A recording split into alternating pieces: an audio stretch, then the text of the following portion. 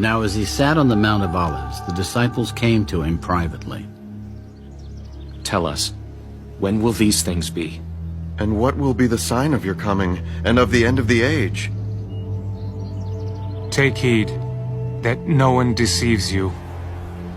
For many will come in my name, saying, I am the Christ, and will deceive many. And you will hear of wars and rumors of wars. See that you are not troubled, for all these things must come to pass. But the end is not yet.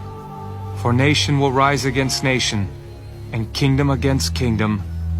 And there will be famines, pestilences, and earthquakes in various places. All these are the beginning of sorrows. Then they will deliver you up to tribulation and kill you, and you will be hated by all nations for my name's sake.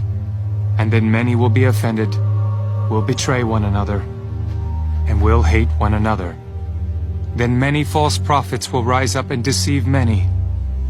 And because lawlessness will abound, the love of many will grow cold. But he who endures to the end shall be saved. And this gospel of the kingdom will be preached in all the world as a witness to all the nations, and then the end will come. Therefore, when you see the abomination of desolation spoken of by Daniel the prophet, standing in the holy place, Whoever reads, let him understand. then let those who are in Judea flee to the mountains. Let him who is on the housetop not go down to take anything out of his house, and let him who is in the field not go back to get his clothes. But woe to those who are pregnant, and to those who are nursing babies in those days. And pray that your flight may not be in winter or on the Sabbath, for then there will be great tribulation, such as has not been since the beginning of the world until this time, no, nor ever shall be. And unless those days were shortened, no flesh would be saved. But for the elect's sake, those days will be shortened.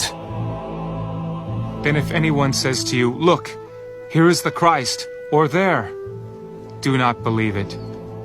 For false Christs and false prophets will rise and show great signs and wonders to deceive, if possible, even the elect. See, I have told you beforehand.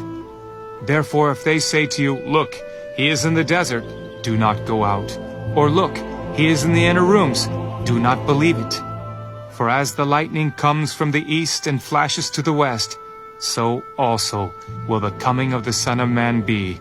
For wherever the carcass is, there the eagles will be gathered together. Immediately after the tribulation of those days, the sun will be darkened, and the moon will not give its light. The stars will fall from heaven, and the powers of the heavens will be shaken. Then the sign of the Son of Man will appear in heaven, and then all the tribes of the earth will mourn, and they will see the Son of Man coming on the clouds of heaven with power and great glory.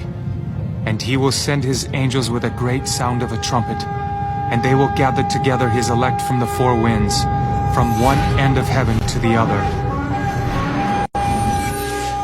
Now learn this parable from the fig tree.